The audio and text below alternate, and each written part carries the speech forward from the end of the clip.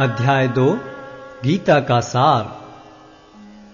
संजय ने कहा, करुणा से व्याप्त शोकयुक्त अश्रुपूरित नेत्रों वाले अर्जुन को देखकर मधुसूदन कृष्ण ने ये शब्द कहे।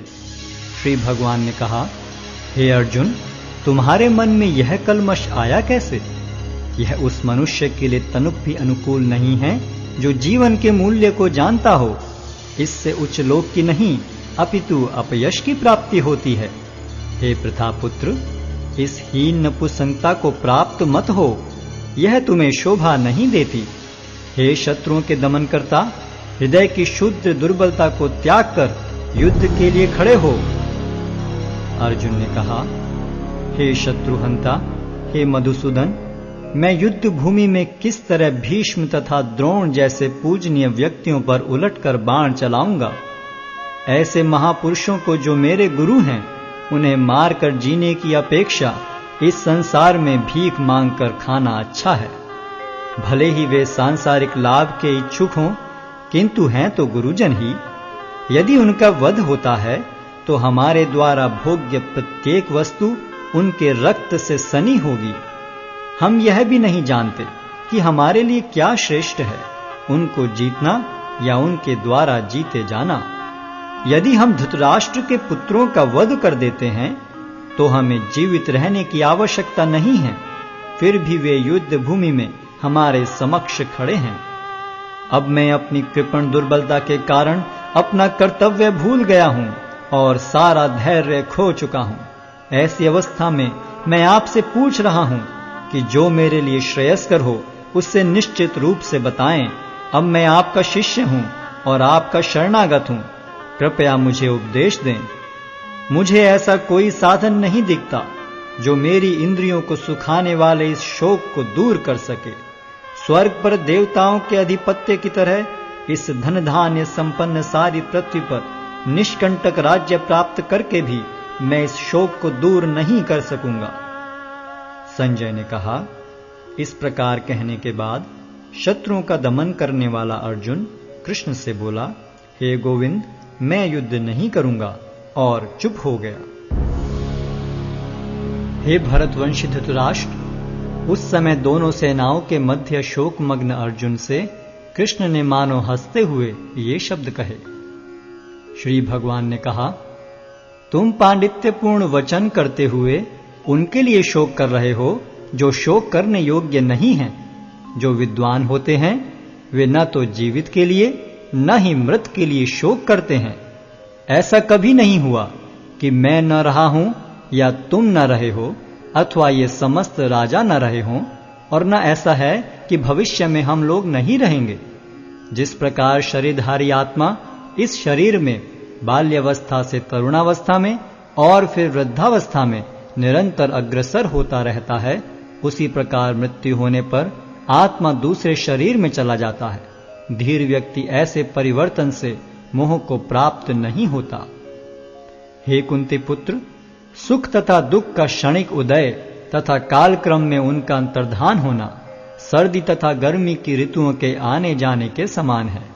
हे भरतवंशी, वे इंद्रिय बोध से उत्पन्न होते हैं और मनुष्य को चाहिए कि अविचल भाव से उनको सहन करना सीखे। हे पुरुष श्रेष्ठ अर्जुन, जो पुरुष सुख तथा दुख में विचलित नहीं होता और इन दोनों में संभाव रखता है, वह निश्चित रूप से मुक्ति के योग्य है।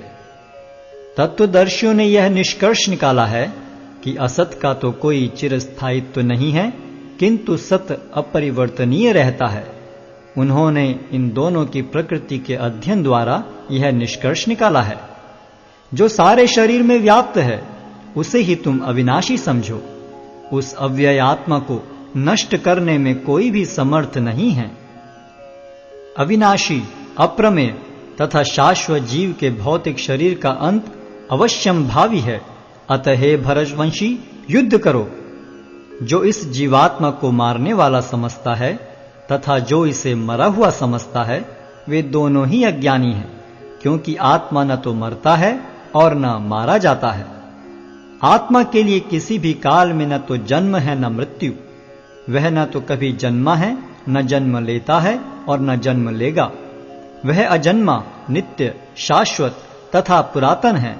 शरीर के मारे जाने पर वह मारा नहीं जाता।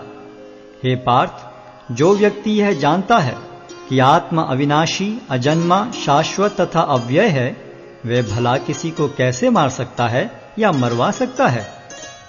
जिस प्रकार मनुष्य पुराने वस्त्रों का त्याग कर नए वस्त्र धारण करता है, उसी प्रकार आत्मा पुराने तथा व्यर्थ के शरीरों को त्याग कर नवीन भौतिक शरीर धारण करता है। यह आत्मा न तो कभी किसी शस्त्र द्वारा खंड खंड किया जा सकता है, न अग्नि द्वारा जलाया जा सकता है, न जल द्वारा भिगोया या वायु द्वारा सुखाया जा सकता है। यह आत्मा अखंडित तथा अघुलनशील है। इसे न तो जलाया जा सकता है, न ही सुखाया जा सकता है। यह शाश्वत, सर्वव्यापी, अविकारी, स्थिर तथा सदैव एक सा रहने वाला है। यह आत्मा अव्यक्त, अकल्पनीय तथा अपरिवर्तनीय कहा जाता है। यह जानकर तुम्हें शरीर के लिए शोक नहीं करना चाहिए। किंतु यदि तुम यह सोचते हो कि आत्मा अथवा जीवन का लक्षण सदा जन्म लेता है तथा सदा मरता है, तो भी हे महाबाहु, तुम्हारे शोक करने का कोई कारण नहीं है। जिसने जन्म लिया है उसकी मृत्यु निश्चित है और मृत्यु के पश्चात पुनर्जन्म भी निश्चित है। अतः अपने अपरिहार्य कर्तव्य पालन में तुम्हें शोक नहीं करना चाहिए। सारे जीव प्रारंभ में अव्यक्त रहते हैं, मध्य अवस्था में व्यक्त होते हैं और विनष्ट होने पर पुनः अव्यक्त हो जाते हैं। अतः शोक करने की क्या आवश्यकता है? कोई आत्मा को आश्चर्य से देखता है, कोई इसे आश्चर्य की तरह बताता है तथा कोई इसे आश्चर्य की तरह सुनता है, किंतु कोई कोई इसके विषय में सुनकर भी कुछ नहीं समझ पाते। हे भरतवंशी, शरीर में रहने वाले का कभी भी वध नहीं किया जा सकता। अतः तुम्हें किसी भी जीव के लिए शोक करने की आवश्यकता नहीं है। क्षत्रिय होने के नाते अपने विशिष्ट धर्म का विचार करते हुए तुम्हें जानना चाहिए कि धर्म के लिए युद्ध करने से बढ़कर तुम्हारे लिए अन्य कोई कार्य नहीं है। अतः तुम्हें संकोच करने की कोई आवश्यकता नहीं है।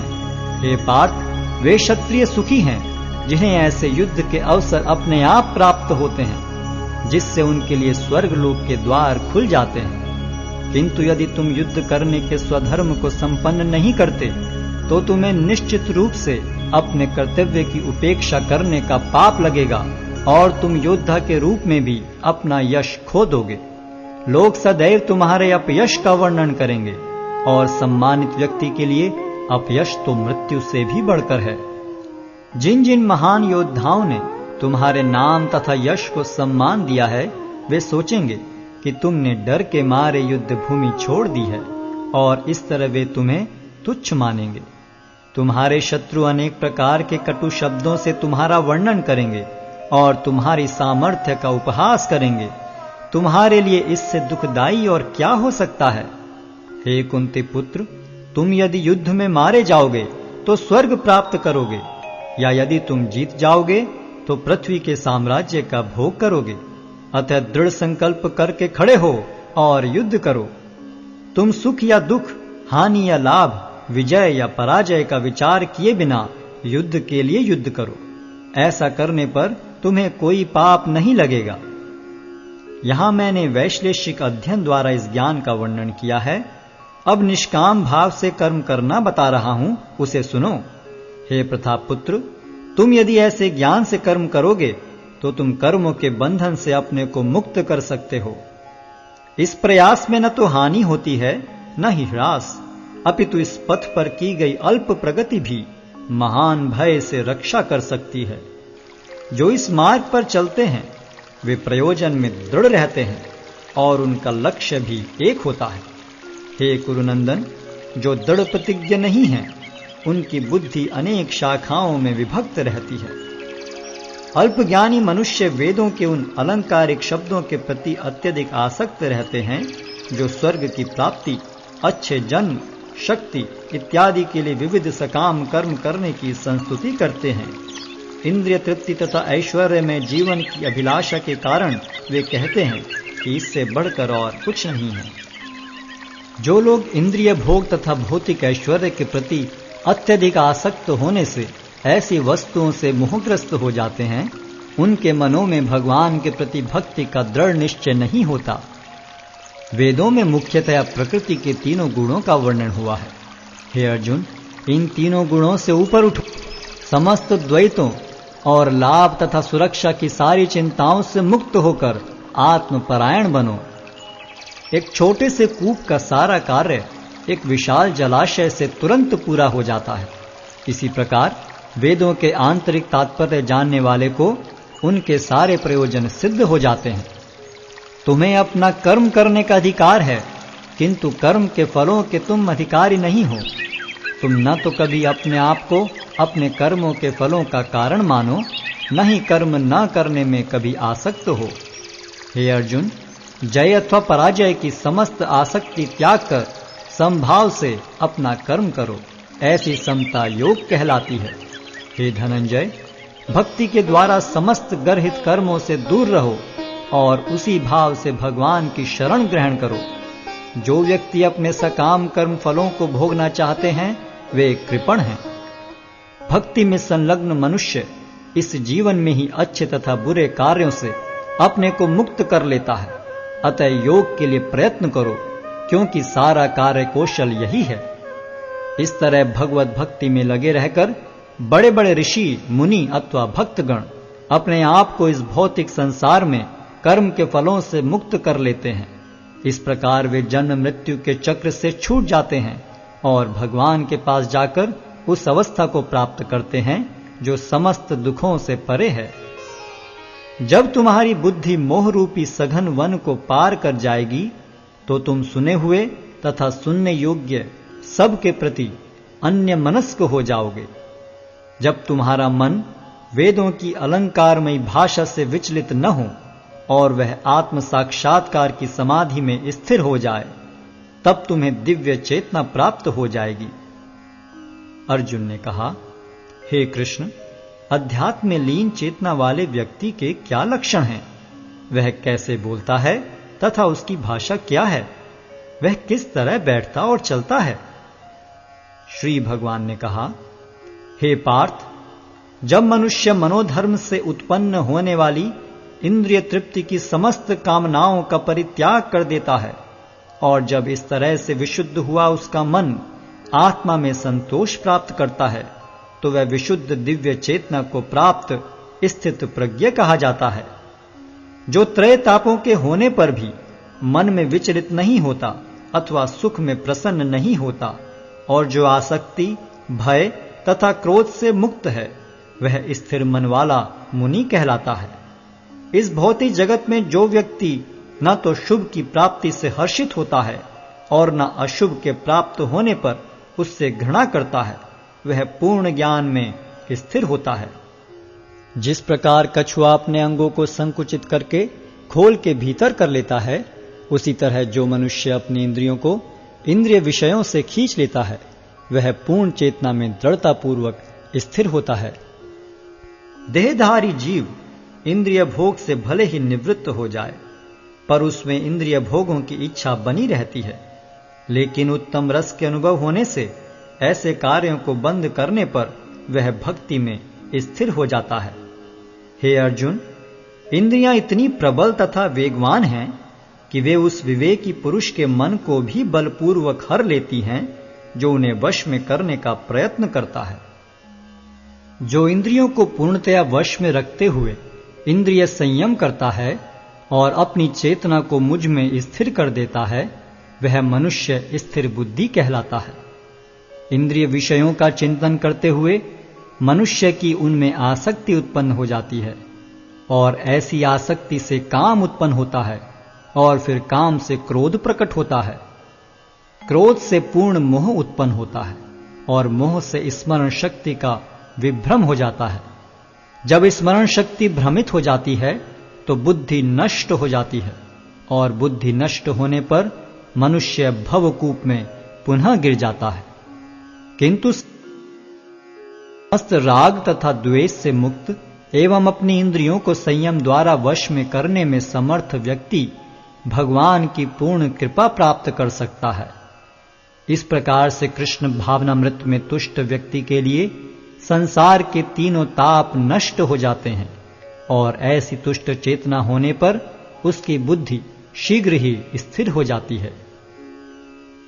जो कृष्ण भावनामृत में परमेश्वर से संबंधित नहीं हैं, उनकी न तो बुद्धि दिव्य होती है और न ही मन स्थिर होता है, जिसके बिना शांति की कोई संभावना नहीं है। शांति के बिना सुख हो भी कैसे सकता है। जिस प्रकार पानी में तैरती नाव को प्रचंड वायु दूर बहा ले जाती है, उसी प्रकार विचरणशील इंद्रियों में से कोई एक जिस पर मन निरंतर लगा रहता है, मनुष्य की बुद्धि को हर लेती है। अतः हे महाबाहु, जिस पुरुष की इंद्रियां अपने अपने विषयों से सब प्रकार से विरत होकर उसके वश में हैं, उसी की बुद्धि निस्संदेह स्थिर है। जो सब जीवों के लिए रात्रि है, वह आत्म संयमी के जागने का समय है, और जो समस्त जीवों के जागने का समय है, वह आत्मनिरीक्षक मुनि के लिए रात्रि है। जो पुरुष समुद्र में निरंतर प्रवेश करती रहने वाली नदियों के समान इच्छाओं के निरंतर प्रवाह से विचलित नहीं होता और जो सदैव स्थिर रहता है, वही शांति प्राप्त कर सकता है, वह नहीं जो ऐसी इच्छाओं को तुष्ट करने की चेष्टा करता हो। जिस व्यक्ति ने इंद्रिय तृप्ति की समस्त इच्छाओं का परित्याग कर दिया है, जो इच्छाओं से रहित रहता है और जिसने सारी ममता त्याग दी है तथा अहंकार से रहित है, वही वास्तविक शांति को प्राप्त कर सकता है। यह आध्यात्मिक तथा ईश्वरीय जीवन का पथ है, जिसे प्राप्त करके मनुष्य मोहित नहीं होता। यदि कोई जीवन के अंतिम समय में भी इस तरह स्थित हो, तो वह भगवत धाम में प्रवेश कर सकता है।